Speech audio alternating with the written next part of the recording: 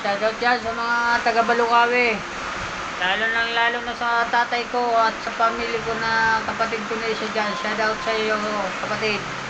Ingat kayo dyan at si tatay, sana palagi mo papainumin ng gamot at lagi mo rin pakainin, hindi lang gamot.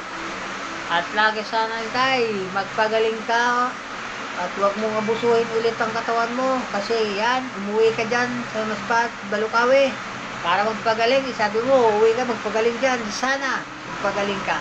Dahil umuwi ka na alanganin pa na hindi ka pa masyado maganda ang katawan. Pinilit mo. O sige, shout out sa iyo dyan. Magpagaling ka sa karamdaman mo. Shout out sa mga parakitang dyan, mandaragat, pag magbabasnig dyan sa Dimasalang. Sa mga kamag-anak ko dyan, shout out sa nanay ko dyan na nandyan na nanay ng asawa ko. Shout out sa inyo mga kapatid ko dyan sa pamilya sa asawa ko. Shout out sa mga pinsan, lahat na kayo. Shout out dyan sa Dimasalang na nandyan na natitira. Sige, shout out sa inyo.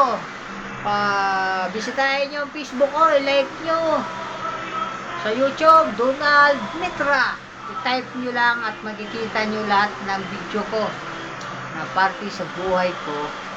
At i-like nyo na rin at huwag nyo kalimutan na i-follow Donald Notification. Pindutin nyo na rin para lahat na ina-upload ko na video sa YouTube ko, ma-updated kayo sa mga video ko. Sa susunod, hanggang dito na lang ang video ko. Maraming salamat mga kalupay.